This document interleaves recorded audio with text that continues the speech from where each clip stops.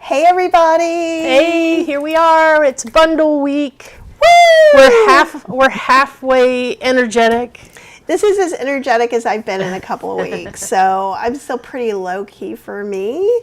But I did get a haircut, so I'm feeling kind of spectacular today. You got a little Thank you. haircut, and then the hair's been growing out for 2 months, which is a long time for short hair. So I was starting to look like I had a ferret or a hedgehog on my head. It was fun. I don't know if you saw me on Chef AJ, but I used to have really, really, really short hair, like her short hair, because I didn't know it was curly. And then I shaved my head because my sister had breast cancer. So my husband and I both shaved our heads in honor of her. She's fine, but she lost all her hair. So all three of us live here, and so we were all bald-headed. And it grew back in like this. It's amazing. It's so cool. We had another friend who, same thing, shaved all her head off and then it was curly, and I'm like, I could wish.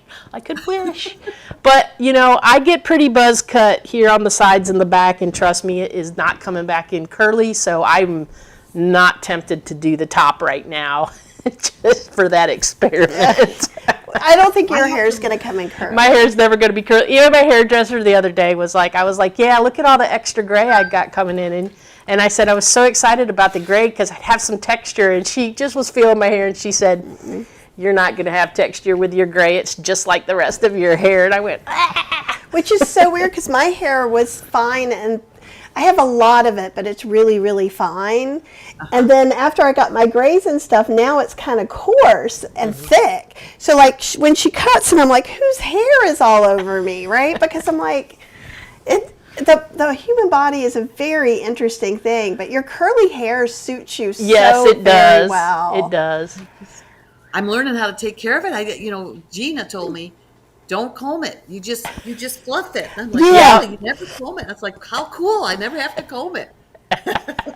That's awesome. Lola's saying gray is our glitter. That's right. And you probably can't see much of it now. I use a vegan conditioner called Overtone, and so that's where my purple color comes from. You can get like different fun fashion colors, or what they call it. Yeah. But like, great.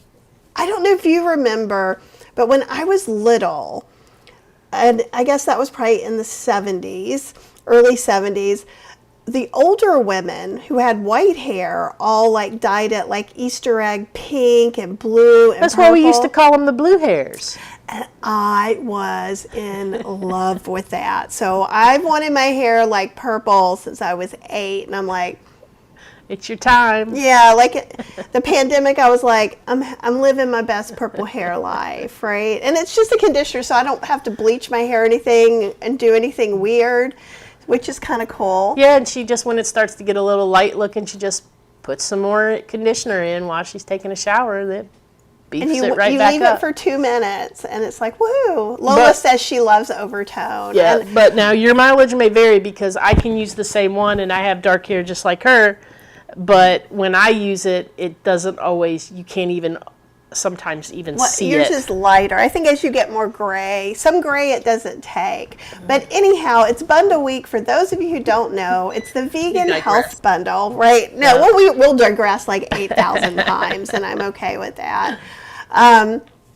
So if you've not heard, which I suspect you have through email and all the lives, from March 1st through the 10th is the only time you can get the vegan bundle. It's worth over $5,000. It's $49. You get tons of different stuff. So like I have 2 pizza classes in there. It's all whole food, plant-based, no oil. And in fact, even the cheeses that we make are nut-free. They use oats. And I talk about how you can make different things into like pepperoni and Italian sausage flavors by using spice blends.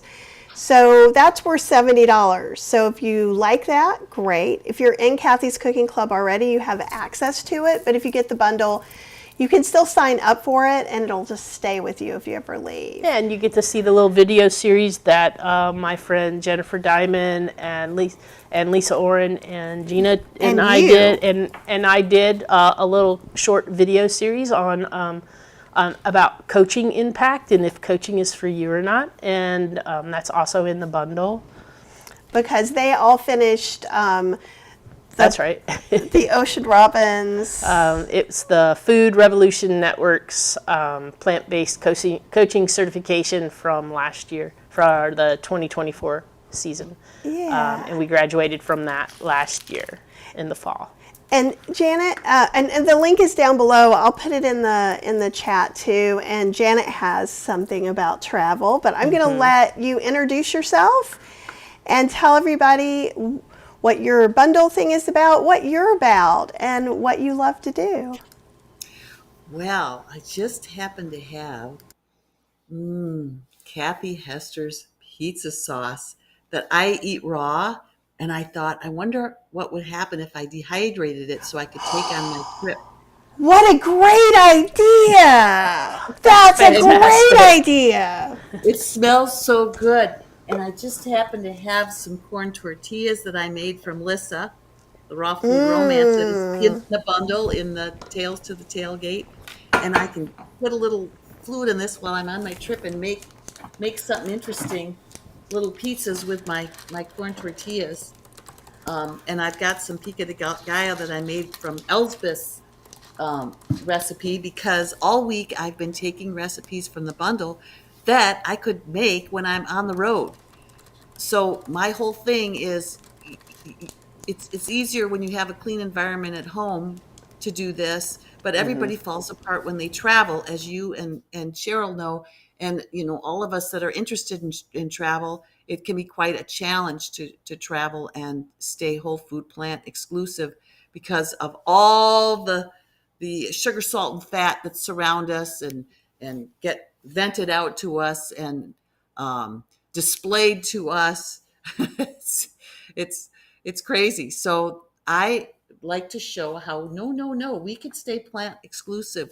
I can do it on a bicycle, where all I can carry is a cutting board, a knife, a peeler, and a grater, a little spiralizer, and maybe even a little plastic juicer. I can make just about anything in my room. And Kathy and Cheryl can share how they do it in the restaurants, because they're the restaurant pros. But I typically avoid restaurants because they're too. I like to eat a lot of food, and I want my low calorie density, raw, fresh, whole food. And the best place for me to find it is in the grocery store. So I've been picking recipes from the bundle and making them for you. Today I'm going to make a Napa cabbage, sweet bell pepper. Oh, I'm blanking. Bok choy, mango salad that Chris Kendall makes in his book. He's got 2 ebooks in the bundle. And I mean, there's just so many. I have made such a stack. I've got Lissa's chickpea mash in here. Speaking of Jennifer Diamond, I made her oat balls raw for myself to take on the trip. I got to leave on Saturday, so I've been really prepping for this trip. We're going to go to Death Valley National Park and ride and hike, and we're going to do what's called a hub and spoke tour. Those aren't chocolate chips; those are raisins and dried cherries. But I just dehydrated it instead of baking it, and I used sprouted oats, which are raw, and it smells so good. Everything smells so good, doesn't it? So we're going to go to Death Valley. We're staying in an Airbnb, so we'll have a kitchen, so I can take my Vitamix and my NutriBullet on this trip. Hi, Annette. I just noticed you there. I was just talking to somebody from Nova Scotia. But anyway, I'm sort of a attention deficit challenge, so the 3 of us are going to have a blast going here, there, and everywhere with everybody. But we're going until probably the 18th, and then I'll start back home. It's about a 19-hour drive, so I've got what I'm going to take to make that drive, and then I've looked up all the grocery stores that are in Pahrump, which is where we're going to be staying. And then we'll drive our bikes into the park or our hiking boots into the park each day. And we're going to just explore. I've never been there. I can't wait. Temperatures look so much nicer than here. It's going to be dry for the most part. So we're looking forward to a great week. But I will be taking you all with me. I take you on all my trips. Even when I'm home, I show what I eat and do here to keep myself in shape to do the next travel. And so in May, I'll be walking the Southwest Coastal Path in the UK, and I'll leave on April 28th to fly there and spend a night to acclimate, and then we'll start walking the path on May 1st, and we'll walk the path all the way up to June. I think it's June 5th. And then we're going to go spend a couple days in London and come back. So that is going to be an interesting challenge. And it'll be interesting to see if I can stay raw.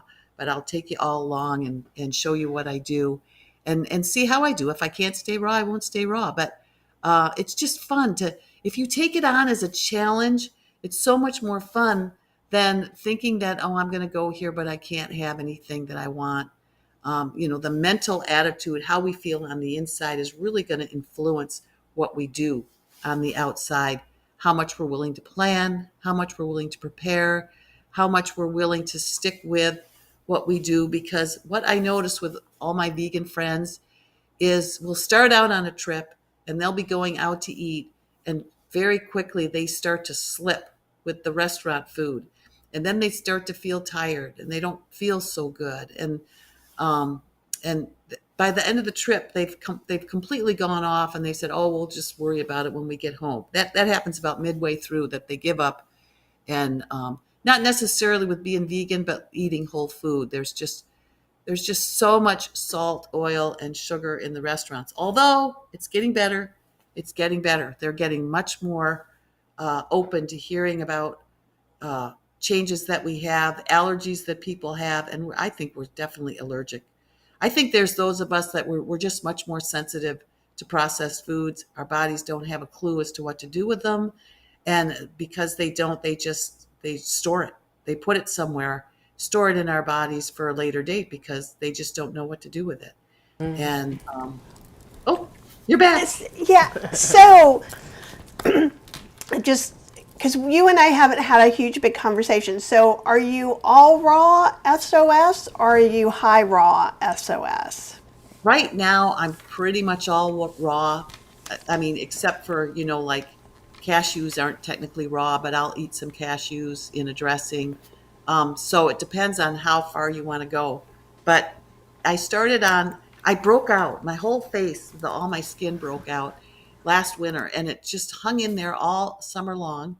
And I went to the doctor, and they just wanted to give me an antibiotic. And I said, no, I'm not taking antibiotics. I don't want to mess up my microbiome. And she goes, well, would you put a cream on it? And I said, well, I don't know. And she mailed it to me, but I went home and looked at it, and the skin's a microbiome too, and you just mess it all up if you put an antibiotic on it. So I did Brooke Goldner's as best I could along with Nan. We both started in September. And I couldn't do the hyperhydration in September because I was still bicycle touring, and it's too hard to pee, every hour when you're on a bicycle tour. But as soon as I was done with bicycling in October, I did the hyperhydration, kept with the raw, and look at it. It looks so much better. And I did a 40-day juice feast because I got about 85, 90% better. And then it just sort of seemed to stay the same. So I thought, okay, I hear all this good things about juicing. And so I did that, and my skin is really cleared up. There's still a couple places you can't really see on I can't see it in the picture here, but I thought, okay, I'll just go back to being raw until it's 100% better, because I've had peaches and cream skin all my life, and it just kind of shocked me that it was all broken out. They called it rosacea, and around my mouth it was a periorbital bacteria that I think I got from bicycling all winter and wearing a neck warmer. I got it somewhere. I guess I don't have it nearby me here. And I think it just got moist Okay. in there and gave me a bacteria. So and you know what? I resonate with raw. I just love eating raw. So I've just Yeah. been playing with it and really So about enjoying how it. long have you been playing with eating raw? Well, I found Chef AJ in October of 2020, and then Okay. I found Lissa. I think it was 21 or 22, and she's just got such an amazing array of foods. And then my girlfriend was having difficulties with her heart and or and autoimmune issues. And I says, well, we should do the Brooke Goldner thing, or we could do. Lissa has these menus for $5 a month, and we could do raw, or you can just Google it. So she said, yeah, I'm going to try that. And so she did it with me for about 10 days, I think she lasted, and then she couldn't do it anymore. And I was having so much fun. I did it for several months. And then I got back to I just thought I was just going to do it as long as she was going to do it. So eventually, I guess I just stopped and started eating cooked food again. I noticed a difference right away, more tired Yeah. and just feeling groggier. So then I just did it again. And there probably was another reason, somebody else that I did it with. And with Jennifer. Jennifer and I did it. We did it for several months. And then, I don't know, for some reason I stopped again. Not really because I wasn't enjoying it. I really enjoy it. And then this time I started in September. So since I was actually high raw till 4. Kiki's thing. I think I was that all summer. I might have even been somewhat last winter. In winter it gets a little bit colder. But my body seems to be adjusting. It's not so cold. I mean, I'm always wearing layers. People are like, Janet, you're always so bundled up no matter where you are. But I don't have any fat on me. I was like 107 pounds the other day from a weight of over 200. So, I'm a skinny kid now. And I love it. I love it. I've been maintaining it for the last 5 years. And it's just the most amazing thing. Because that's the hardest thing of all is keeping down here. When you're on the standard American diet, for me anyway, I could never keep it. I would get down to a certain weight and I'd last for about 2 seconds, and then, I'd start trying to eat processed food again. It's like, doesn't work. Yeah, now you get to wear all the cool cycling outfits. I know. How cool is that? When they're nice and warm. And there was a bicycle shop that they closed, and they gave all this stuff away, and they gave me all these jerseys. Oh my gosh. Because before that, I would just go to Goodwill and get stuff because, I like to recycle clothes but this was in a way, I mean, they were just going to take it to Goodwill. So I grabbed it. So. Yeah. That's awesome. Yeah. So tell us a little bit about how you prepare things. So the trip you're coming on now, you're going to do a car trip, then a bike trip, right? Yeah. So like I made this apple fennel salad from Nicole from the bundle, and it's just apples and fennel and manganese. Now, I could certainly do this when I go to Death Valley. Just get apple and fennel, and then there's a little bit of a fennel frond in there, and then just put lime in it, and that could be a salad for me. And so, I just try to come up. I've gone through the bundle of trying to come up with simple things. Here's Lissa's chickpea mash. And so I sprout chickpeas and then freeze them and thaw them and make them into a mash. Delicious. So, I could sprout chickpeas on the road because if I've got the van, because I can just take a jar and the mesh top to the jar, stick the either lentils or chickpeas in it. And because they don't last long, they're living. So I have to eat them up. And we're going to be there for several days. So when you're traveling like that, when you stop, do you camp or do you stay in a hotel, or how do you usually go about the overnight part? Hotel. Okay. We used to camp for everything. Us but too. then Stephen said, I love to want camp. bed." I don't mind camping, but we have to have a really good blow-up bed with a really nice top. By the time you go through all the stuff you got to do to make it comfortable for her, it's like, okay, let's just get the hotel room. We would have to be, I could see going to another country and traveling and camping there, because you're there for something special. But a lot of times when we camp, we're just going, an hour and a half away from the house. Yeah, but also she doesn't want, when she says, I could camp in the UK or someplace, it's like, what she means is we could rent a caravan and go around that way. That would be my first choice. Because, not actually in a tent somewhere. Well, I like to have an enclosed, safe space to go to the bathroom. Yeah. that is. We had a little teardrop camper for a long time, and we really enjoyed it, and it was fun. But then as we used it, the only time that when I was working that we had to go was in July, in the hottest month here. And it was unpleasant. It was very unpleasant, and then it didn't have an onboard bathroom or shower. So we always had to make get that mistake again. So we always had to get a site, that was close to like the bathhouse kind of thing, and then there was all that foot traffic and yeah. Yeah, and I've got to pee. I have to pee in the middle of the night. This is a non-negotiable. I try to stay hydrated, especially it's July. You're staying extra hydrated, so you're peeing constantly. So it's not that I hate camping. Like, I would not be a primitive camping candidate at all. But like, we've stayed in a tent with like a blow-up mattress and my pillows. Like, even we're getting ready to go on 2 cruises, and we finally found the pillows and some packing things so we can put them and take them with us. So I have a neck issue, so if I sleep for too long on pillows that aren't good for me, it can really kind of set me up for not a great time, if that makes sense.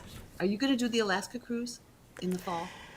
We have other plans. I wanted to, and then we were going to go with some friends, and then they said no. So we're actually going to be in the UK doing some other cruising and travel from July through the beginning of September. So we're going to miss it by like 2 days being back. Oh, yeah. Are you going?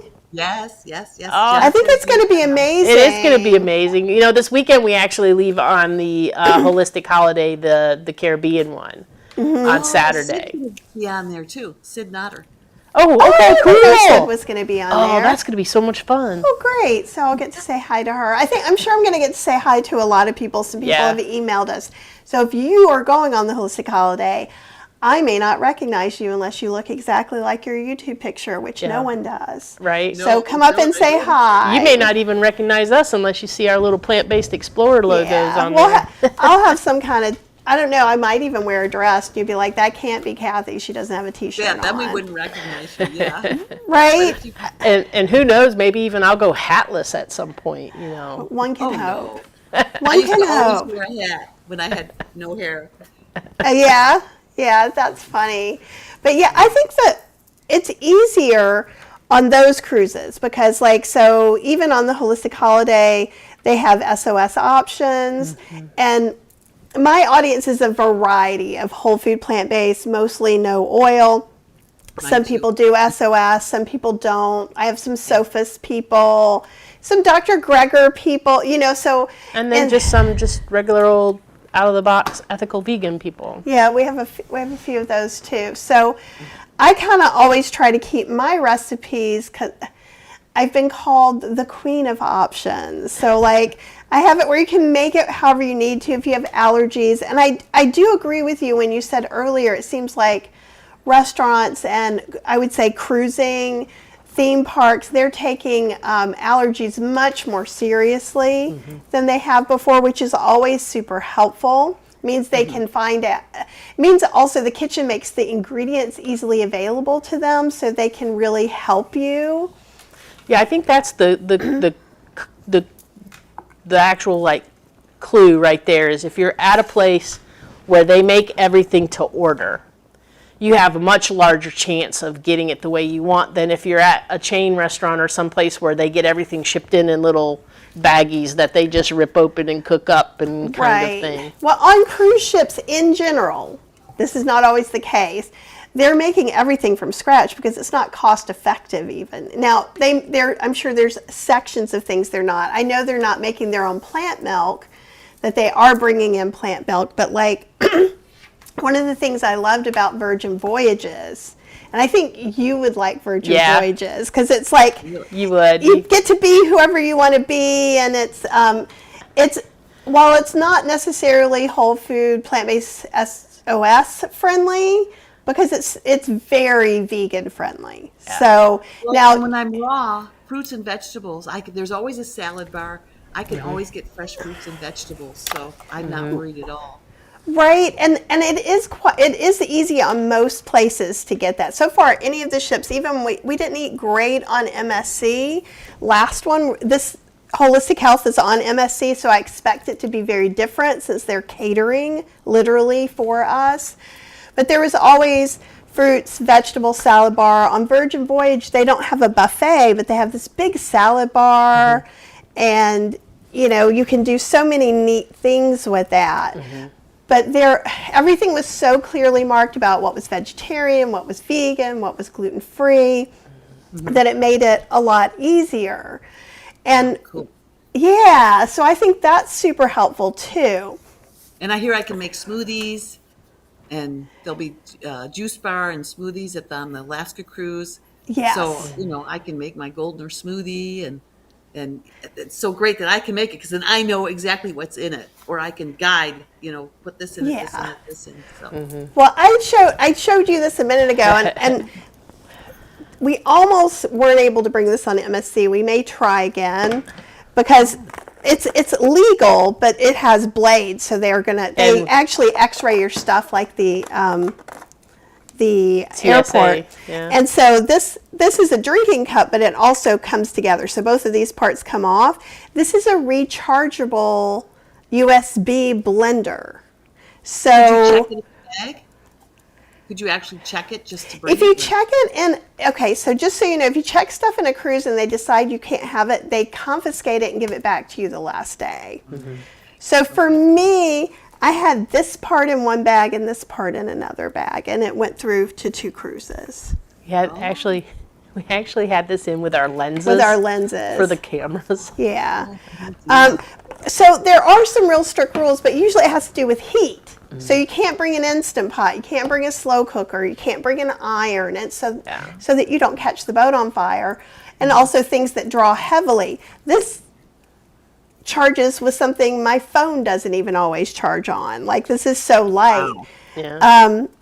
But as far as the airport, how do you get The airport, blades? you're going to get this. Airport's not going to bat an eyelash about it. But the thing with the cruises where they're going to bat the eyelash is going to be because of the blades. Right. They're just like, what is that? And they're like, what are you going to do? Yeah, MSC was I the felt like hardest we were- security we ever went through on a cruise so far. Yeah, they were like, don't film in here. And I'm like, we weren't even in the security place. We were past security where we were checking in, and I was just filming the beautiful place we were in. They're like, you need to delete every one of those. She had to stand there. They had to watch her delete everything. It was very strange. So I felt almost like we were in. MSC is an Italian company. I don't know if that has something to do with it, but it was very interesting. But we're going to be trying to bring it on Celebrity, and so I'll give you guys the lowdown. But even if I didn't have that, I had a whisk. So one of the things that I was showing you, and kind of like what you were showing me with the tomato sauce, is like I have a book that I'm working on 2 books right now, but the potions and powders are all these dry mixes. And so like I have Italian dressing seasoning. So if I have my blender, I can go into the salad bar, get some chickpeas, get some balsamic vinegar, a little non-dairy milk or water, put that in, blend it up, and put it all over my salad, right? Or I just used fresh tomatoes, and then all your spices. I thought with all those spices, if I dehydrate it, it'll be so intense, and it is. I could just stick my face in this. Oh, that's so great, because I actually make tomato powder from tomatoes, and tomato powder is it's a great substitute for tomato paste. And if you know how some people are sensitive to nutritional yeast, I don't know if you are or not. No, but I'm not. oh, good. Yeah, no, I love nutritional yeast too. But so the umami, it was not going to make it taste like cheese, but some things you can use if you can't have nutritional yeasts like tomato powder, mushroom powder, ancho chili powder, bring some of those darker, deeper flavors out. But no, I think that's great. And I think that having little powders, like I have a PB2 sauce, so you can make like a little ginger garlic peanut sauce to put on something. Or there's a Mediterranean chickpea I made with chickpea flour. And things like that. So that when you were talking about being on your bike and camping, I was thinking you must have lots of little things like that, because you said you've biked all over the United States. Unless we absolutely have to, we don't camp. Okay, so then you usually have someone with a car as well, then No, bringing no, there's no stuff. car. Okay. So they would like in the case here, like if they were on the ATT and they went from say Durham to Pittsburgh, instead of like biking to the lake to the campground, they would get off and they would like bike to a hotel or Okay. bike to Well, we don't bike an off road. Airbnb. We're on the road. We're Yeah, on the back roads. Yeah. on the So whole we just, time yeah. yeah. I mean, we might sometimes be on a path, but we like being where there's civilization Yeah, enough that you to can find a stop little and store. yeah. Okay, so And you we can find always different- find a store. Yeah, I plan about 5 days ahead, and so I find the destination, and then I right near where we're going to stay, and I'll stay anywhere. We stay in all kinds of yurts and cabins and rental trailers and Airbnbs, and there's a actual website called warmshowers.org where people register on the site to host us. They actually love Oh, hosting bicycle tours, and we could look on the site and we could look at the map, and there'll be these little shower heads with water coming out of them in all the locations where there's an available warm showers host. And then you email or call the warm showers host and say, are you available? We're coming through on this day. And they will put us up, they'll feed us dinner, they'll give us use of their washer and dryer. They a lot of times they'll feed us breakfast or just have food available for us for breakfast. And the conversations are, they love to travel, they love to hear our travels, or their kids have left, they're empty nest, they've got all these bedrooms, and they're lonesome, and they just want to talk to somebody. yeah. And we did a lot of warm showers, and it's an exchange, so that when we're home, then they can come stay here. The only problem is we're never home. When we're not, we just go ahead and donate to the site because they always need money to run the website and like that. And we just love meeting the new people. So it's fun for me to just find all these different avenues for us to stay, but it won't be camping. Actually, in Florida, just outside Key West, we camped because to stay in a hotel, it was, $300 a night. To Yeah. camp, it was 100. Just to camp in our tent, it was $100. Yeah. Wow, So that yeah, we took our tent just in case, and we were kind of glad there that because we wanted to stay a while because Key West Yeah. is pretty cool. So Yeah. yeah, We yeah. recently went to Key West on one of, actually, we've been to Key West 3 times now. And like it's become one of my favorite places to just go wander. It is. And I love, like, I don't know if you've ever heard us talk about, like, one of the things that we did when we started, like, really actively trying to get healthier and do stuff is build exercise into our vacations. So always, like, we try to make sure there's a place that we can just walk. And we kind of got started on that through theme parks because you can go to Disney World or Universal or someplace like that and just literally walk all day. You don't even realize it. Before you know it, you're like 8-9 miles in. And if you were at home doing that, you'd be like, oh my God, I got 2 miles, I got to go home. But when you're there, you're in the moment, you're in this, and so you just keep going and you're having a good time. And I feel like what you do is very similar because now you've built in all this exercise. Your goal is to use the bicycle as transportation, and it's fun for you, so then it also is like getting all your exercise in too. When I went to Australia for a month because my husband wanted to go to this retreat there, and I says, great, I'll come too, and I'll just rent a bicycle. And that's what I did. I rented a bicycle on Airbnb, and I hooked up with all the bicycle groups in the area, and I just spent the whole month in my little Airbnb. And actually, that's when I started my YouTube channel a couple of times because I had time because my husband was off Right. at a retreat. He was sleeping in a tent. I had a nice bed. I had a nice kitchen. And I just turned on the computer and started cooking and showing people what I did on the travel. There was a store within a mile or two, and it was full of fruits and vegetables. And I would empty out my bike bags, and I'd ride to the store and fill up my bags with produce and take it back home. And then I'd meet up with all the groups and go on rides with them. And I just had an amazing time. And I stayed whole food plant exclusive the whole time. Then I was cooking, so I would bake things, and make the soups, and I just love to. I never liked to cook until I went to Whole Food. Now I just love to cook. It's so much fun. So I like to make all kinds of things, and yeah, That's it's awesome. So when, excuse me. So when you're planning a bike trip, obviously you're trying, since you're mostly raw, you're going ahead and you're planning each stop, you're going to get some fresh vegetables and fruit. What well. sorts of things do you pack to take, Okay, like so in the seasoning? evening, I always make sure that I'm going to have a store before I settle in for the night, whether it be right in the town, or it might have to be on the way on to the town, or it might have to be the town I just left, that it's the only place where there's a store.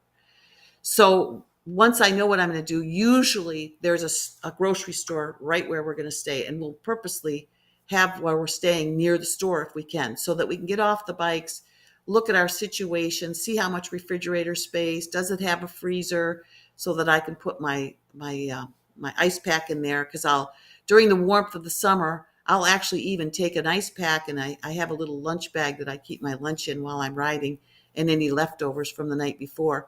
But I will try to get food for that evening, food for breakfast, and food for lunch. And that way I'm covered until the next night, when I'll again get food enough for 3 meals. And on the road, I don't really care. I don't distinguish between a breakfast, lunch, dinner. Like, I might have the same thing for breakfast and lunch as I had for dinner, depending on how much of it there is, and is it carryable. With raw food, what, I'll make a big salad, and then I'll split it into 3 containers, and I'll have salad for dinner, salad for breakfast, salad for lunch. And I might alter the fruits, I might not. I mean, it might be that salad for that 3 meals. And then the next time go to the store, I'll get different produce and make a different one. I'll get organic raw corn on the cob and just eat it raw. Um, if it's available, let's see, what else can I get that's raw, and do I mean, I lots of fruit, bananas, oranges, apples. Bananas are okay if I eat them that day. Oranges and apples will even carry. They carry really well on the bike. Avocado. I'll take avocado and mix that in with things, with different vegetables. I might mix an avocado with lemon and maybe some tomato and garlic and make a guacamole. And then I'll get broccoli and cauliflower. You know how you can get the little bags of those two mixed, and I'll dip. That's a very satisfying. That's one of the things that Dr. Goldner does, and it's surprisingly a very satisfying meal. Um, it's just playing with different combinations of fruits and vegetables, and eating them until I'm satisfied. Yeah. Do you ever have, and this could just be me, I'm like a planner, like I'm ready for the zombie apocalypse, so y'all come on over. I got beans and grains for days, months maybe. So I'm always I'm a preparer. So even like when we're just driving down to Florida to go take some cruises, we're going to stay with her mom. We have 2 camping bags full of like my little rice cooker and rice and grits. And so I'm that person. So let's just put that out there first.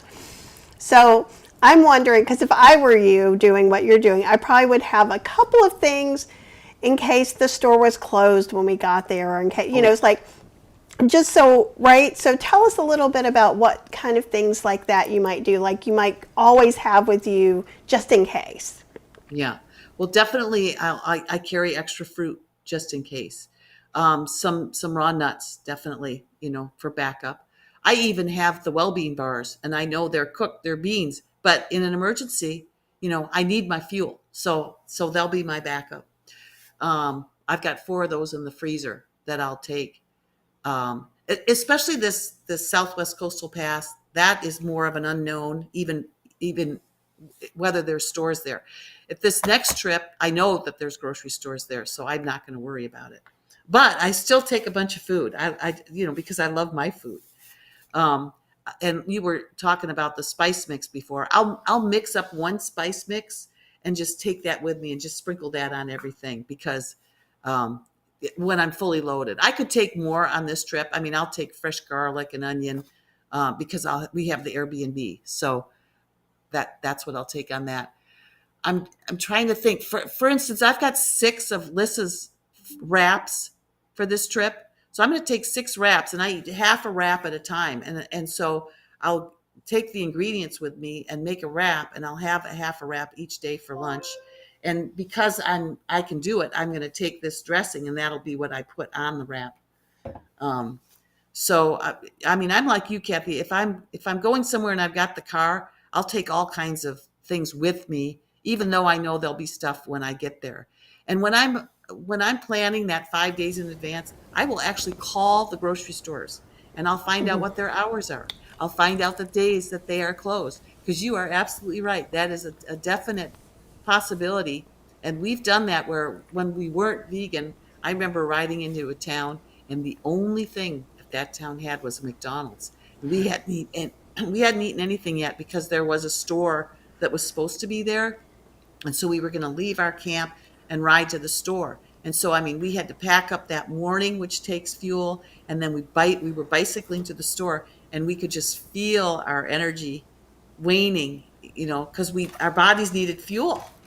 And then we get to that town and there's no store. And we were so grateful to have a McDonald's because Right. we needed food. Yeah. Yeah, well, and now I was just thinking, I was sitting here in my head thinking about how we travel with way too much stuff in our car, how I have portable big battery things to run The rice cooker. the if we rice need cooker to. or something like that if we need to in the car. And then I'm like, how is she doing all this on a bike? And then it hit me, it's like, well, if you're eating mostly raw, It's different. And we do you don't carry a even rice have to. cooker for Steven. We carry a rice Yeah. cooker and a hot pot. Yeah. And I cook him these wonderful soups in the rice cooker, with onion and garlic. And I just go to the store and I get things, and then I'll eye the little 0.6 liter rice cooker container, and I'll just give him, some onion, some garlic, some mushroom. Got to have mushroom unami, some broccoli. It might just be one broccoli head. I mean, just what do you Yeah. call it? Just Floret. And so when Yeah, you go to yes. the store, you're just getting small portions of stuff, not like us with let's get a whole entire week's worth of groceries and carry it in I'm the teaching car. classes too. So when I'm teaching a class, I'm making 3 to 5 things. Like I made pierogies yesterday. So we made 4 different fillings. I made pierogi dough, and we used wonton wrappers. So they Yeah. could still be whole food plant-based, Right. no oil. Yeah, I've got some raw nori wraps I'm going to take. But yeah, the thing about the bikes is you can only carry so much, because Right. also what goes in those bags is all my clothes, cold weather clothes, wet weather clothes. And so you have to pick and choose. And so we're very thankful that there's just about everywhere, at least in the United States, there's a store. And it's amazing how available they are. And I've already been researching the England trip, and along the walk, what towns have stores, what towns don't have obvious stores, working with the travel company to make sure there's at least a store along the way. There is going to be a courier that's going to take the bulk of our stuff each day to the next place. So we just Perfect. have a daily hydration pack where we walk, to the next place. So I'm planning as best I can, because you're right, Kathy. I'm like you. I like to take everything. I'm so excited about having the van, and I'm just going to take everything I want. One of the cruises that we had last month with our friend Elizabeth, her dad came along, He was and like- he was like, I don't know how I'll travel with all this stuff. And it was, I had didn't think it one was little that bad. suitcase. No, I had a suitcase, I had my big backpack on top of that, and then we had another We couple had things. probably 4 to 6 bags between Some the of them three. were little, Yeah, so I don't count but- those. Those don't Well, count. and then and I I'm always like to like, bring everything in with me every night. Steven's like, why don't you just leave it in the car? I'm like, no, I'm like I might that. need something. She's I like, do. I'm like, get the bell cart. and I'm like, oh my Lord. And so no, and I have mine. So when I travel, I'm like, I have to have a really good rolling suitcase that will fit my heavy backpack, and then I'm mobile. Yeah, as long I as can she's go got anywhere. a base to put that backpack on, because her backpack is ridiculous. It's just, But- she can roll with that. But also, I can fit a Unbelievable. suitcase with me in front of it is like the TARDIS. Like, I feel for those little holes, and I fill them. And I she's know. like, and she dares say things like, "You can't fit that in there," and I'm like, "Watch me." I'm like, I did. "What? I can fit an elephant in there if you challenge me." So I am letting her pack for this next one. Yeah. So I'm just having her lay out her stuff. I'm going to put all my stuff out, and I'm going to say, have at it. And then, like, the part that comes hard for me, and I don't know how you deal with this, is, like, taking along, like, there's just so much equipment that has to go along for us to do what we do, right? So do you just use your phone when you're doing live stuff, just exclusively? See, and here's the thing. So when you're hearing her talk, so like, of course, here in the kitchen, we have it set up like a studio. There's lights and there's multiple cameras and stuff like that. We're not bringing this with us. It sounds like we are. She's got a little Insta360. I've got like 4 different little cameras. But they're teeny. And they're stuff. teeny, and we have teeny mics that Well, come but on last time I took this overhead camera. that we didn't use at all. And we didn't use it at all, no. But, and so some of it is and I will say this, I brought enough clothes probably for like 3 months. Like, because what's been happening, we've been going to the Caribbean, but it's been cold. Half the time it's like, okay, it's going to be 30 or 40 degrees, even where we're gone. So it's not like we just leave our sweatshirt in the car, our coat in the car. So we've had to bring both stuff for 80-degree days and 40-degree days. Mm-hmm. And that is messing with my brain. And we have to do that on the bike, because we climb mountains, and so it can be warm on the bottom and freezing cold on the top. And it could be raining, and you've got to have all the rain gear to pull out. So are you just packing a backpack that you have while you're biking? Is that your whole? While I'm biking, there's front panniers. There's a bag on each side of the front wheel. Okay. There's a bag on each side of the back wheel. There's a log bag across the 2 back bags, and then on the front rack on top of it, I have my lunchbox. It's like it holds a 6-pack of pop. Well, that's what holds what I take. Yeah. You remember my setup on the Surly when I had the back and I had those 2 little panniers? Yeah. No. Well, she's got like 4 of those. Okay. 5. And I'm like, these fancy words I'm learning today. Look at me. No, that sounds great, because I think I'm thinking of you on like a racing bike or something, which is wrong. So I'm like, how can you put all your clothes and these things in your backpack? So now this makes more sense to me, and maybe everybody else understood but me. No, she doesn't have one of those bikes that you can pick up with your finger and hold it. No. Like her bike your bike probably weighs what, 40-ish pounds, 42 pounds somewhere? 48. Yeah. And then with all the stuff I load on it, who knows? I don't even want to weigh it. I don't want to know, but it doesn't matter, because I turn on as you pedal, you can turn it on into Eco, Tour, Sport, or Turbo. And we've actually got extra battery because we love Tour. I mean, at first, everybody does this at first. You keep it in Eco because it's going to give you the most amount of battery. And so there's a thing called, what do we call it? I can't think of the word. I'm going to be 70 on the 17th, so. Congratulations, early birthday. But you know what? I turn 60 next month, and that's been happening to me for like 10 years. So I think it's just a middle age and beyond. And so what brand bike are you using? What brand e-bike are you using? It's the Bulls, Bulls, Cross Light. Bulls. But I probably wouldn't get that now. I'd probably get a Cube or a Specialized. There's so many bikes out now. I mean, ours are old bikes. We got them in 2018. Yeah, those were like when they were brand new. So it's Cube. I'm looking these things up. Cube's bikes. Yeah, Cube. C-U-B-E. The Cube. Yeah, C-U-B-E. Yeah. And then Specialized. Specialized is a brand. That's not just saying a Specialized bike. Yeah, like my mountain bike, the Specialized one. So my battery has 500 watt hours. So what I was going to say is that you get this mileage. You're always, when you only have one battery, you're always afraid it's not going to get you where you want to go. Mm-hmm. So we got a couple batteries because not only do we like Eco, but we love Tour. It's just wonderful. Tell me a little about the difference. So in eco, you can get 70, 75 miles with a 500 watt hour. With the batteries that they've got today, now they've got 650s, 725s. You can go a lot of miles. You can go, 100 miles. Now, what happens if you load it more? That cuts down on your mileage. Headwinds cut down on the mileage. The speed with which you pedal cuts down on your mileage. The terrain will make a difference on the mileage. So you just have to start riding, and you get a sense for your bicycle. Also, as the batteries get older, see now Jeremy, he has a Specialized. That's cool. Okay.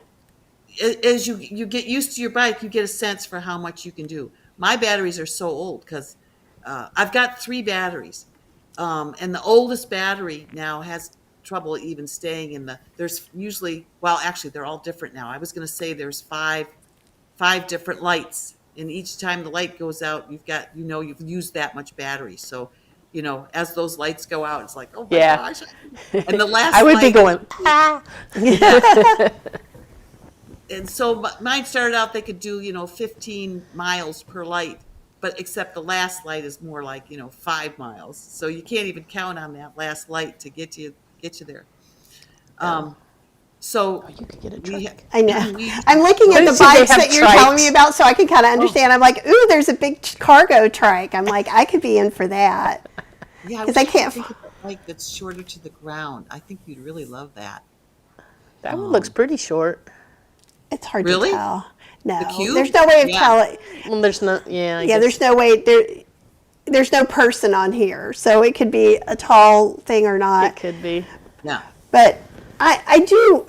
There was a time that I actually used a bike for transportation in New Orleans, and so once I get myself used to it, then I'm okay. But then if I don't do it again for a few years, I have to start all the way from the beginning. It's just a thing. Yeah. Oh, yeah. I hear But you. And you it gotta would get your be- butt ready.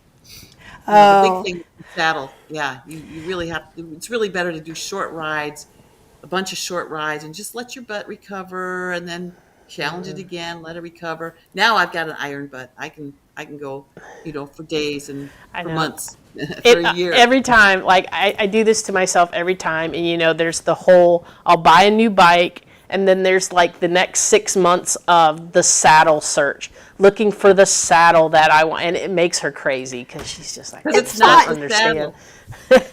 Not the saddle, it's the butt. It's And the I butt. found that with so many people, including my husband, and he keeps on changing saddles. Like, okay, but let's just keep riding. Let's, and then Eventually, your sit bones like go where they're supposed to be, and then it's okay. But trying to get to that point, like, because if you haven't, like, I haven't ridden all year, so if I go get on my bike tomorrow, I'm gonna be hurting after a couple miles down the road, like I bad haven't ridden hurting. since October. Yeah, because it's been so cold Oh and rainy. gosh. And I don't Oh, have wow. any fat anymore. I used to be able to ride all through the winter, just bundle up, but now I just get so cold. Yeah. It's not any fun anymore. So unless we move somewhere warm, I'm just going to be. I switched to walking, and I walk.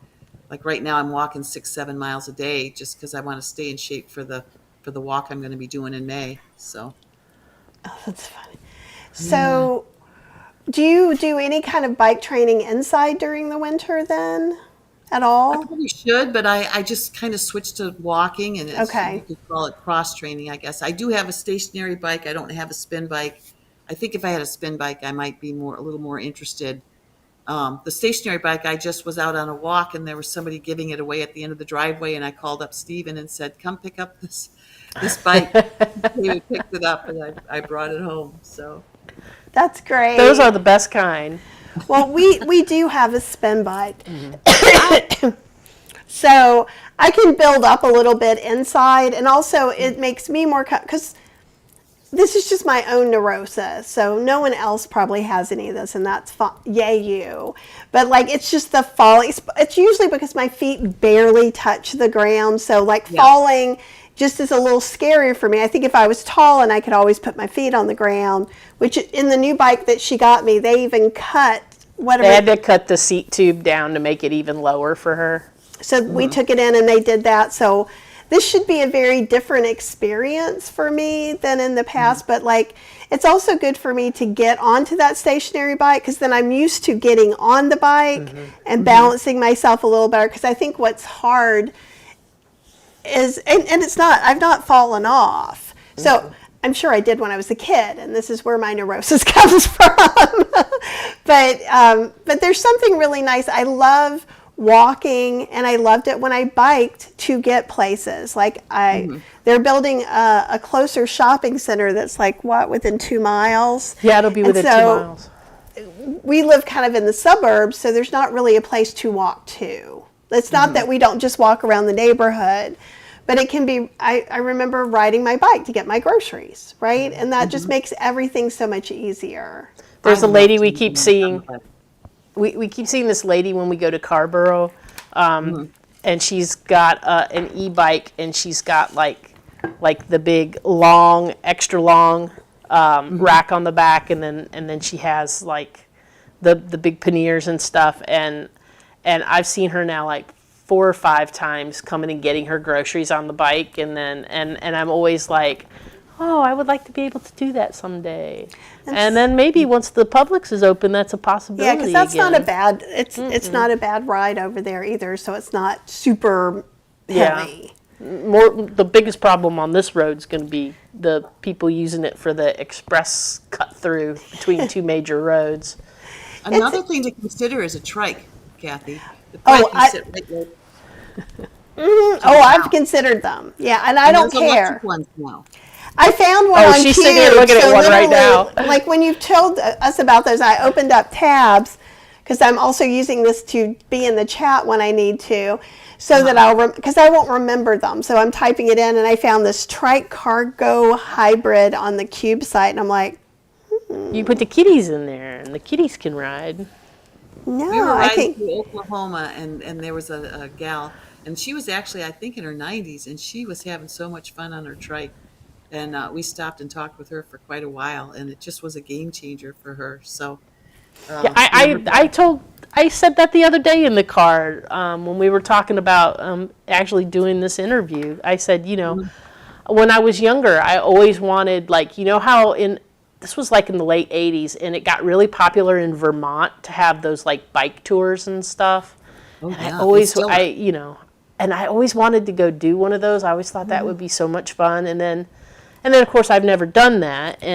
But now I was like thinking with these hybrids and these electric bikes, like that's a game changer. That just means that, I can't stand up and pedal hard anymore, but I can hit a button and get me a little turbo boost to get up that hill. And it kind of like changes everything. You can explore because you don't have to worry about, you can go down to wherever because you can get back up. You can go up to wherever because it's easy to do. And so what I was noticing with us, we're an older group that's in our bike club, and people didn't want to ride here and they didn't want to ride there because of the hills. And then, these same people, Stephen and I were the first ones to get electric bikes, and of course there was a big uproar. And I mean, he was the first one. He's 8 years older than me, and he said, if I'm going to do any more touring, I need to get some assist. Yeah. And I says, oh, well, okay, if you want to, I'll go with you. And as soon as I got on one, I said, yeah, and that's I'm getting one too. That's But great. before you did that, did you have that feeling in your head where you were kind of like, I'm cheating? Like, this think is we all cheating. do.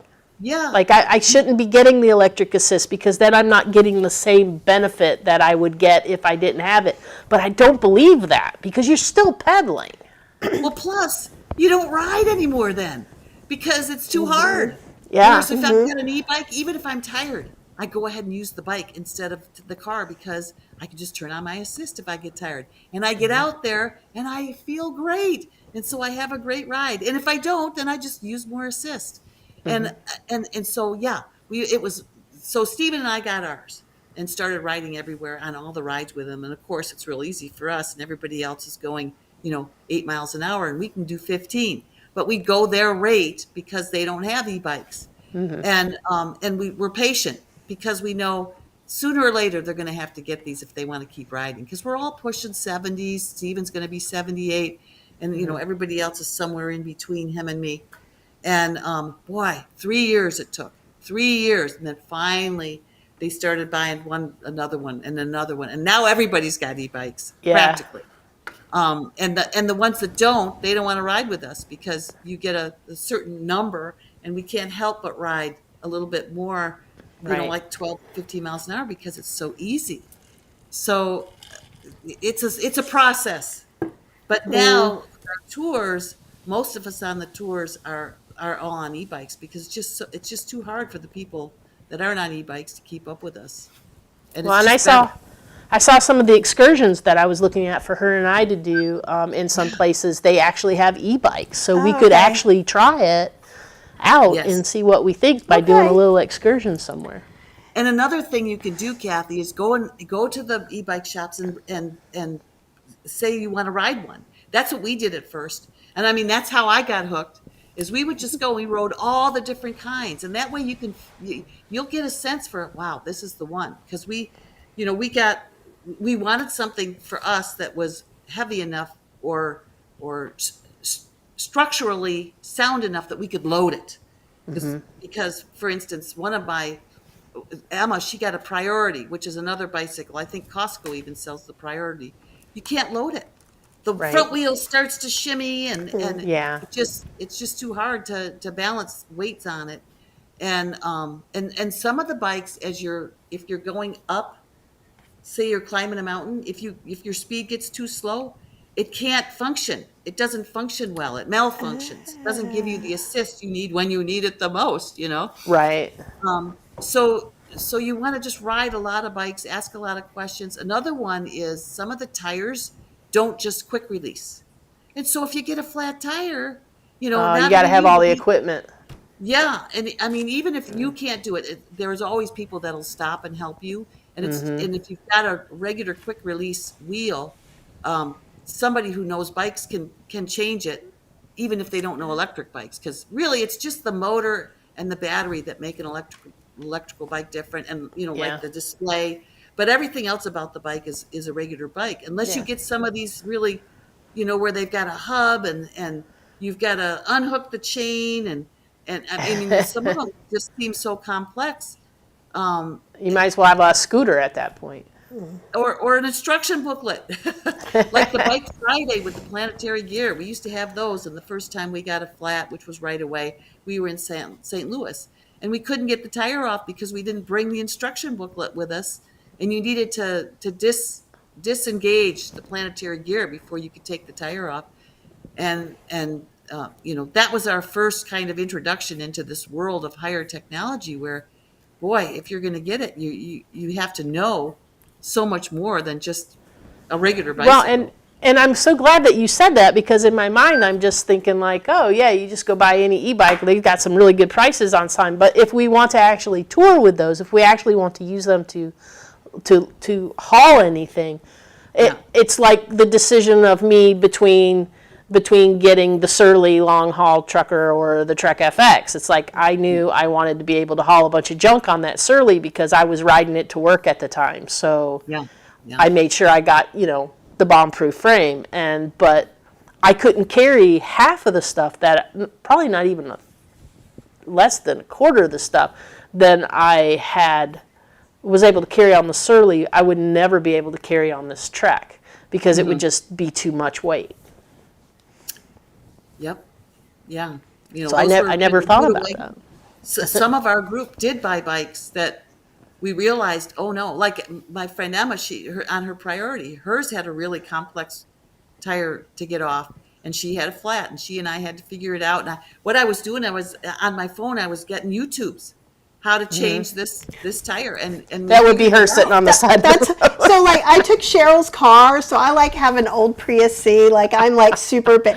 Like it's funny because I have every kitchen appliance ever known to man, and I know all of that. So, but you can't know everything, right? So I take her car to Cleveland because hers is newer, and then I stopped to get gas, and I was like, I have no idea where the gas thing is. So like YouTubed and found it, and like 3 minutes later, I'm like, yeah, Because you got to push a button that's up underneath the dash to get the thing to open up. So, People underestimate YouTube and Google, I think, true. for things like that. Like, so, and I would say we're pretty good in general. And in general, because it's easy to go to Costco and go, oh, I've wanted an e-bike. This is cheaper. Let me get this one. So same thing with cameras or kitchen appliances too. It's always good to go ahead and do a Google search or look and see what's the best blender. You're going to find some people love Blendtec and some people love this and some people love that. That's fine. But I think with e-bikes, since I know nothing about bikes anyhow, I always defer to Cheryl with some things, but it's really easy to get whatever information. Like if you're like, I wish I knew how to dehydrate fresh tomatoes like Janet just did, there's going to be a YouTube about it. Yes. Yeah. And there's an electronic bike review, EBR, online, and he interviews all the bicycles. Nice. He's a good one to reference, yeah. But also, like I say, just going to the bike store and trying out different bikes. Not only do you want a bike that you can work with, but you want a bike that feels like it's part of you, to where you're riding along and it's like you and the bicycle are one. So Yeah, and I do understand. That's why I still have my little Prius C. They don't make anymore. I like to keep things. It's small. I can go anywhere. I can park anywhere in it, and it's and awesome. that's why I still have my bike. I've got over 40,000 miles on the bike. Until this year, I had more miles on my bike than on my car. Oh, wow. Yeah. That's fantastic. I love that. I love hearing that. There's hope for me yet. We got them both at the same time. Oh, did you? Oh, that's awesome. Elle said, Because we were kind of intentionally homeless at the time because we just wanted to tour. And so we thought, we got to have a safe place for the bicycles. So we bought a van so they could be inside it at night so nobody could come and take them. That's excellent. That's amazing. Elle says, Janet, your legs must be stellar. And also, my son is working part-time in an e-bike warehouse called Vamoose. Oh, huh. Hi, Els. And My yeah, legs are slow, by the way. And my arms, I work out and I got muscles on my arms. Electric cycle. yeah. So. Interesting. So, what if someone was thinking about going and doing some bike touring? How would you tell them to start? Like, what would be the steps instead of going? We all want to do something, and sometimes some things we shouldn't be doing, and some things we should be doing. Like, she'll be like, we're both. You talked about being a little ADHD earlier. We're definitely both neurospicy. So, like, we get a hobby, we get all the things, and then we try it, and we're like, I don't like it's that. Like, let's do something else. We have to have all the accessories, like Get the gear. Right? So, if you were like, I think I might want to do this, like, what would be a good way to ease into it and to try some of it out? Definitely do a tour. Do a tour and do it for, beginners. And do it somewhere really enjoyable and not too crazy. I wouldn't recommend going on a path because paths. It's actually better to go with traffic than it is walkers, because when you're on a bike path or a multi-use path, there is everything you can imagine on that path. There are dogs and leashes. There are children. stretched across 3 wide. Yes. I mean, crazy stuff.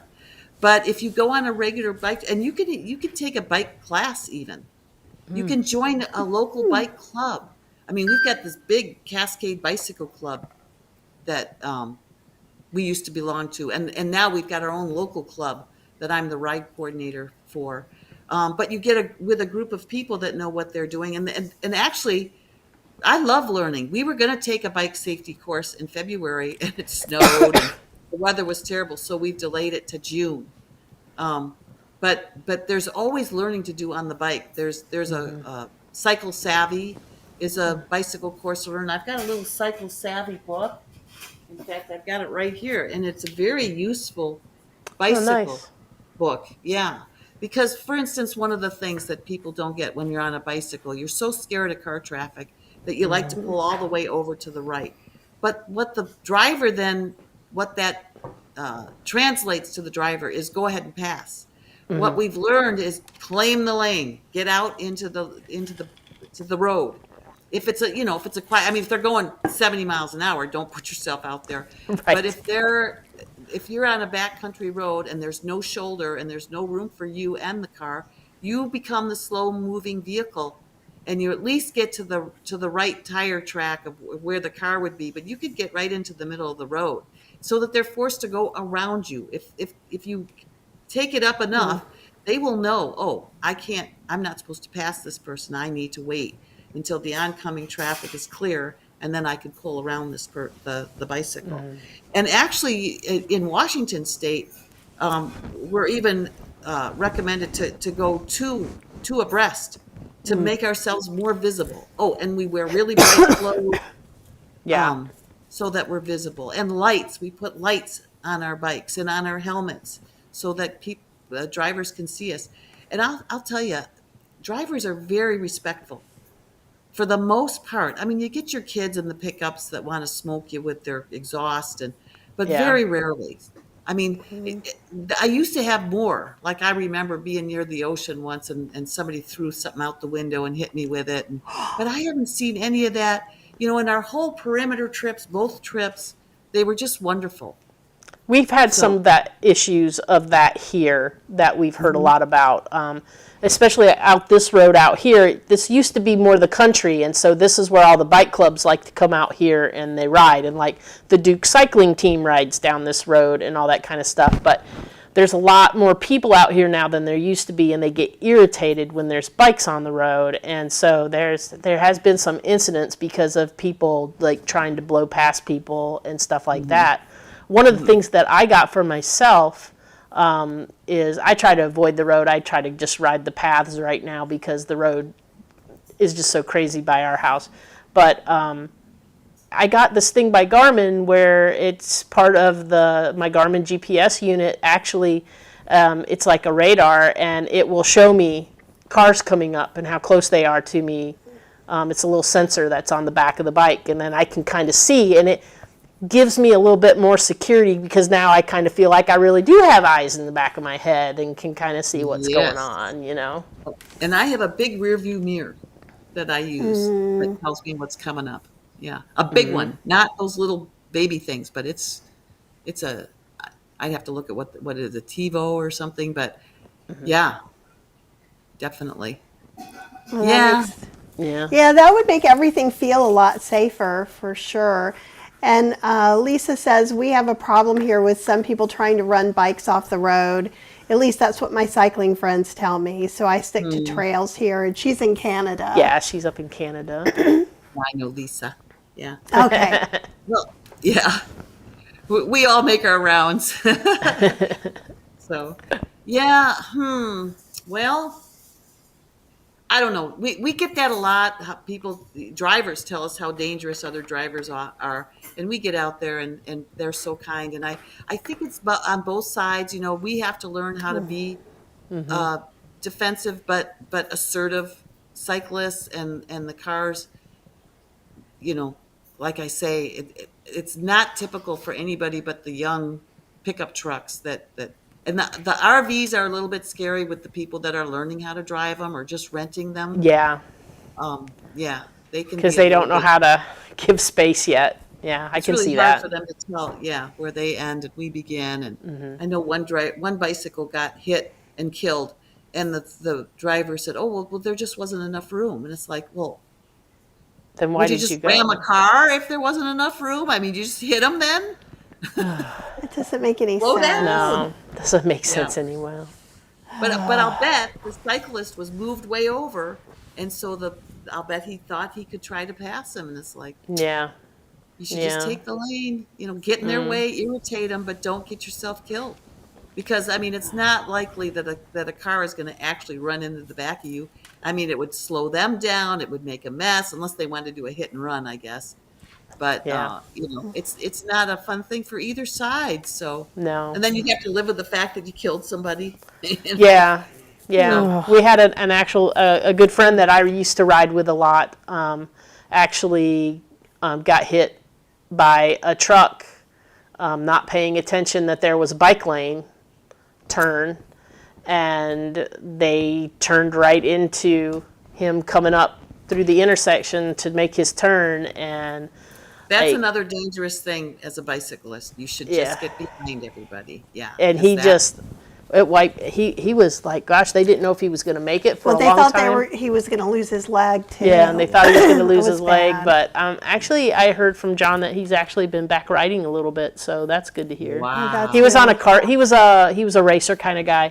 He was on a carbon fiber bike, and of course, when he got hit, everything just shattered under him. So, and so I always kind of have that in my head, and it makes me a little nervous. But I think if I read up more, took some of these safety classes, that I might feel a little bit more Yeah. confident. I think those are all really great ideas, and honestly, for someone who's a novice like me, I didn't even think about things like that. So that's a great place to start.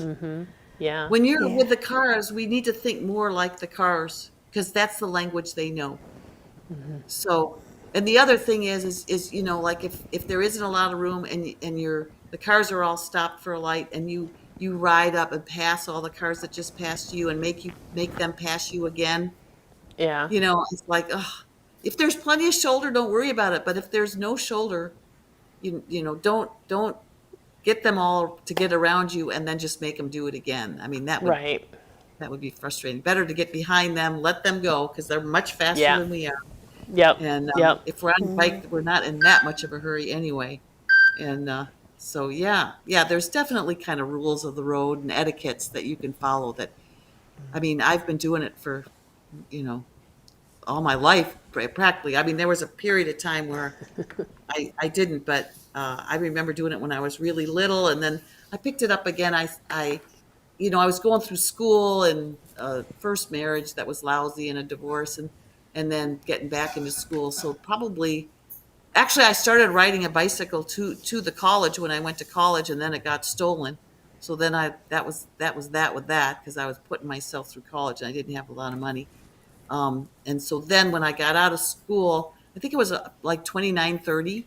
And as soon as I got my first job, I right away got a bicycle and joined the local bike club and started riding with the club. And you learn a lot from the club. I mean, they'll take you in and I remember I was, 30 and the gals were in their 50s and how knowledgeable they were. They had concrete butts. They could just ride for hours. And I'd be like, how do you do that? How do you do that? And that was in Ohio. So my first long ride was from Dayton to Cincinnati. And I thought I was going to die. It was like That's pretty 75 hilly miles. down there too. Yeah, yeah. And I said, I'm never going to be able to ride tomorrow. And they said, well, just go to bed. We'll see. And the second day they said, you're going to be surprised. And I was. Second day was even better. I rode back to Dayton and I was great. So then I was hooked. And I did the tour of the Ohio River Valley with them. And they were my mentors. And it just was a really great experience. And then, of course, during the week, we would just do short rides, loops after work each day. So, I mean, that's the kind of thing you can do if you join a club is start out with shorter things. Like this time of year, we'll do 20-mile rides.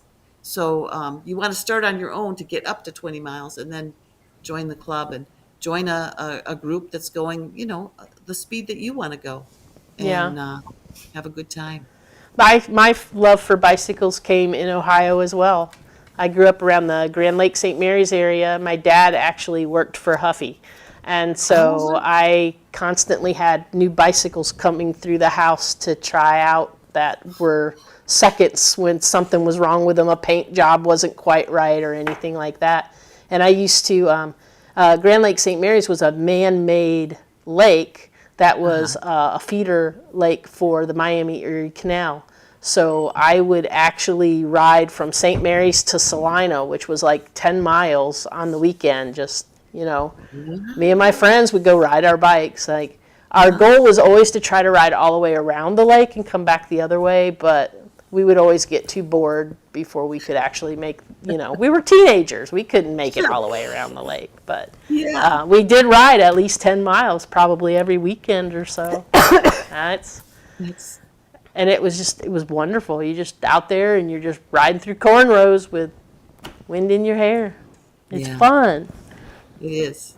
And see, I can walk for 7 hours and be really, really happy. So like I'm a good walker. I can do some hiking, but I don't like rocks. Like I'm so particular about these things. I'm so like bold and adventurous about so many things.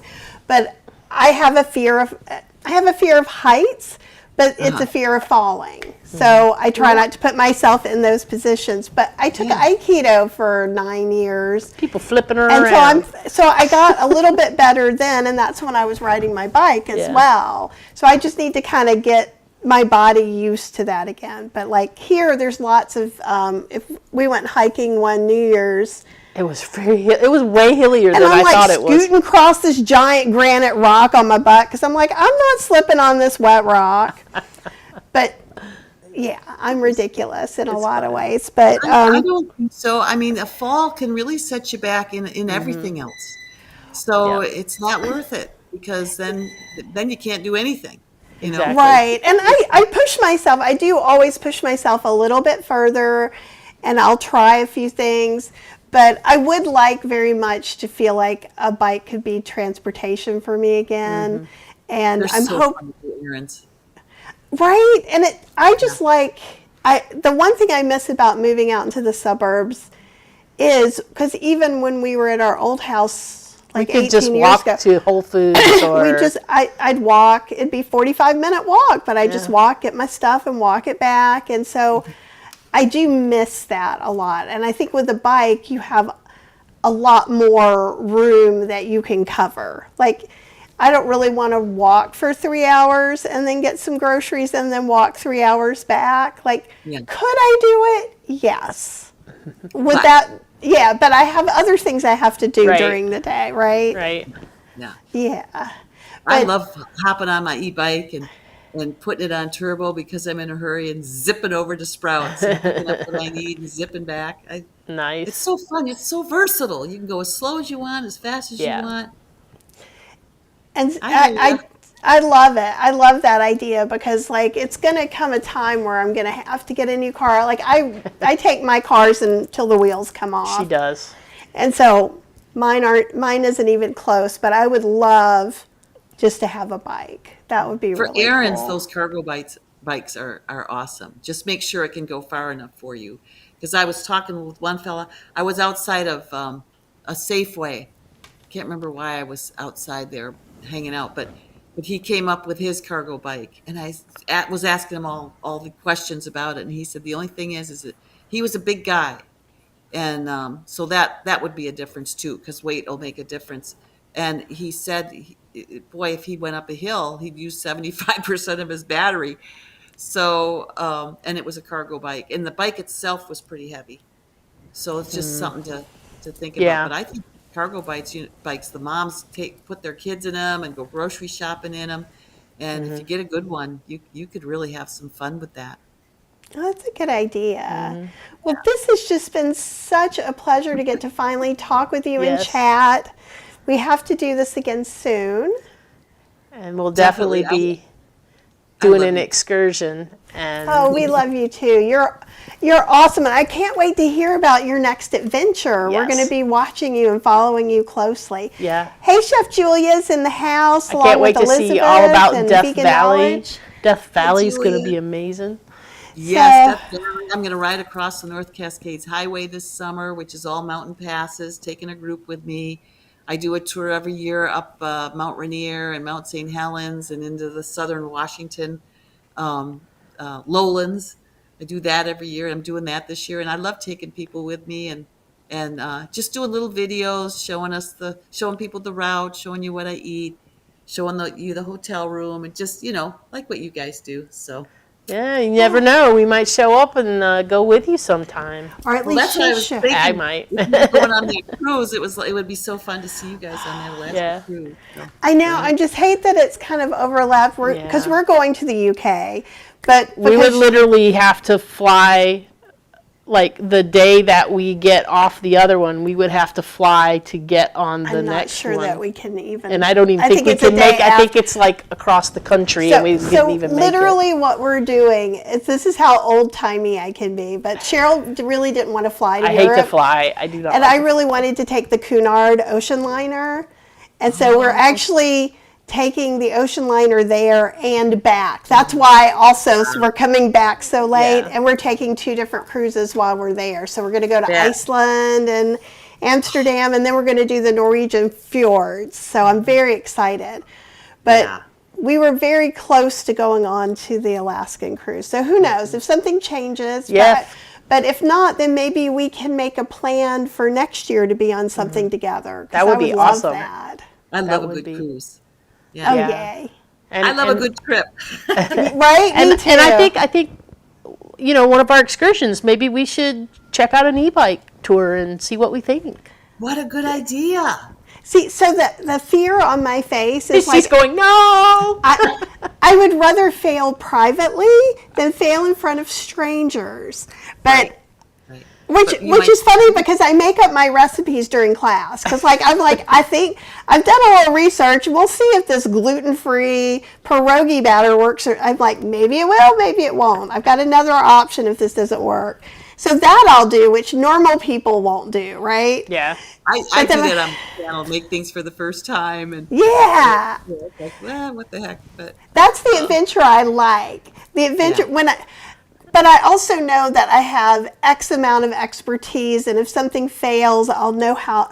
Chances are good I'll know how to fix it or know that it needs to be scrapped. Whereas if I'm like, what if I get up on this thing and I just fall in front of a whole bunch of people? That'd be so embarrassing. But I could talk to like an amphitheater of 1,000 people, and it wouldn't faze me. Yeah. well, the thing is, bicycles are challenging. I know. Do you know Ann Harrison? Name She's sounds on it. familiar. Yes. That long blonde Yeah. hair. She got on an e-bike, and they didn't really tell her what to do, and she went zipping up a driveway and got to the road and didn't know how to use the brakes, and she fell and herself. And yeah, I mean, you really, and that's another good reason to take a class. Or I mean, if you take a class, then it's just you're doing little bits. Because you See, do have I to be think that's a good ready. way to start Okay, me off. okay. Like, you don't need that. I'm sure my friends over Trek would be happy I know. to have a I'm little su- private class for us. And so, Yeah, one that's a good thing idea. I kind of want to just say for everybody too, because like, I think there's always this misconception. So like, a lot of people follow me for food, so they think, oh my God, Kathy's so brave and wonderful and all things. No, I'm scared of all kinds of stuff, but I do it anyhow. But you have to take care of yourself in a way and kind of figure out how you best learn. And then if you can figure out some of those things, like there's some things, like we've talked about maybe trying pickleball. Pickleball I would try in front of other people because I know I might do something stupid, I might not hit the ball, but I'm not going to hurt myself. But the idea of something that I'm feeling really unsure. I don't know, if you safety-wise- ask Jeremy or Helene, they'll probably tell you can get hurt pretty good with the pickleball. Yeah, Because well, they're Helene had playing that big old welt They're from where playing she 6 got hit. hours a day and doing crazy stuff. But I think You it's can't important. fall off a bike. I get you. Yeah. Yeah. And so I do try to be real transparent on the channel too about things. A lot of times I'll be like, take care of yourself. Blah, blah. I'm like, you guys do know that I'm talking to me too. I'm not just talking to you. I need to do better at that. And so it's the same thing. It's always good when you feel like you've kind of made what's comfortable, your comfort zone, just a little bit bigger. And I think it becomes easier and easier to do. Like, I let you get me that bike after I've been riding the Peloton for a while, the spin bike, right? Because I was like, okay, I know strength-wise I can do this. I know, so I can be, it's so weird. I'm so impractical in so many things, but this is one of the things that I'm very proud. I need to check off those boxes, and then I can feel safer doing it. And she had very specific list of, you can buy me a bike if it has X, Y, and Z. And I thought that bike was not going to exist, but I went to get my bike tuned up, and there it was on the sale rack at the Trek place. It was an Electra, like beach cruiser style, but it has some gears, so she can learn how to kind of do some gears. Baby steps. And it has handbrakes. It has a handbrake, but it also has the pedal old brake. style pedal brakes, which she's more comfortable with. And see, when I was using a bike for transportation, it was a cruiser, right? So that is what my body is most comfortable with. Now, I'm not saying that's necessarily what I would do if I did what you did, but I'm always trying to start out at a certain comfort zone. But and I think Get a with cruiser with electric. Yeah, good idea. And just do short little rides, get yourself used to it, see if you like it. Because you want to get the thing that you're going to do a lot of it with, that you're not intimidated. You can just hop on it and just go a couple miles to the store and back, and just do it repetitively and see, is this Yeah. what I thought it was going to be? Can my Yeah. butt take it? Can I do it without getting hit by a car? Can I do it without falling off? And it's an investment to get a bike like me. I mean, that was thousands of dollars. You don't want to do that until you found out if you really enjoy yourself. Yeah. exactly. I think this is great, and this was super great for a beginner biker like me, and I think it was really nice for you to be able to talk bikes. And I'm super excited about your journey, and it was just a pleasure to have you here. And you guys, don't forget, look down in the description, and you can find all the ways to follow Janet on all her socials so we can all watch her adventures together. It's always a pleasure watching you too. Oh, thank you're you. just We the appreciate best. that. All right, well, everybody have the very best day. I'm going to be on Chef AJ's show tonight at 6 p.m. Eastern Standard Time.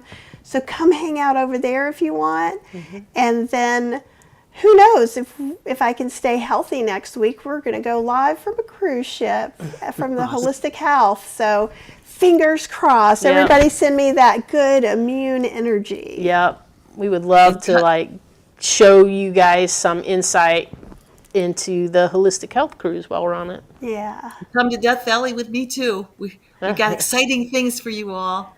We love having you. I would along. love it, actually. I would love that, actually. Yeah, well, you can watch. We can watch from the boat. We have Yeah. internet. Okay, you guys, have the very best day. And